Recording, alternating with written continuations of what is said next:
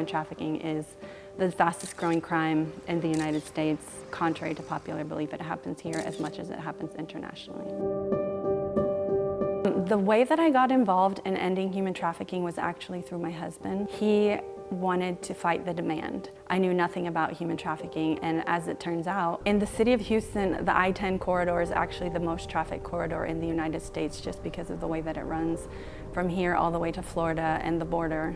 The Oil and Gas Trafficking Awareness Group, I actually founded it and launched it in 2017. We grew it to over 45 energy software and service companies. In 2020, that was the culmination of the group, and I myself was actually having a personal struggle when I had a dream that the brain tumor had come back. My name is Alexandria Gerbasi, and I've overcome many obstacles in life, such as having an astrocytoma 2 times, having brain surgery 2 times. I actually have a scar on my head from here to here, and having to do all of that while being a mother to a 5-year-old the first time, and then a 13, 6, and 3-year-old the second time, being a wife, being an executive in the oil and gas industry, and just trying to be a human. If there's one word that I could use to describe Alex, it would be resilient, for sure. Overcomer, hard worker, absolutely amazing. So when I found out that I had to have surgery for a second time, I was very, very scared, because the first time I had surgery, which was on December 13th, 2011, it was a great surgery. I woke up and I stood up and I actually got married 2 weeks later. However, then I was actually told by a doctor that even though it was an astrocytoma, a grade 2, it would more than likely return in 5 to 7 years as a glioblastoma, which was the deadliest form of brain cancer. So I was very, very scared, and the unknown scared me. I was shocked when my surgeon touched my leg and he said, "Can you feel that?" And I looked at my leg and I said, "Move," and nothing happened. And it was the biggest trauma of my life. Can never describe it in words unless you have been there, which I hope no one will ever be. But it was a shock and it was a horror. And honestly, I wanted to die. I had no hope.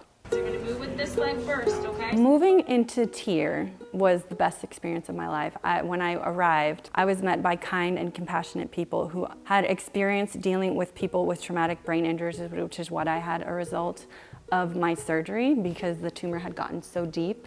And it was very comforting to know that I was getting the help that I needed. And immediately, my physical therapist, Kathy, was able to get me out of the wheelchair, standing up, doing the things that I didn't think that I could do. And it was one of the best experiences of my life. And surprisingly, it was a miraculous place to be, and I didn't even know that it existed. So with Alex, as a therapist, it was pretty easy because she was and is still one of the hardest workers I've ever met in my life. Immediately upon admission, we talk with our patients about their goals for what they want to accomplish while they're here at TIRR. And her exact words were, "I'm gonna do a backflip when I walk out of here." That is Alex to a T. So we have some news for today. In the early days of my recovery were really crucial, and one of the days I actually woke up and my hand, which they had said was the hardest neural pathway to recreate, it just opened. And it opened very rigidly. My mom was there, thank God, and we were able to document it. It was overwhelming, and it was the most beautiful thing that I've ever experienced, the nearness of God. It was incredible, and it was miraculous. The only word I can say is miracle. Without TIRR, I believe I would still be in a wheelchair. In hindsight, I can say all of this was meant to be. And as much as I hated the process is what built me up, and I didn't have the character then that I had now.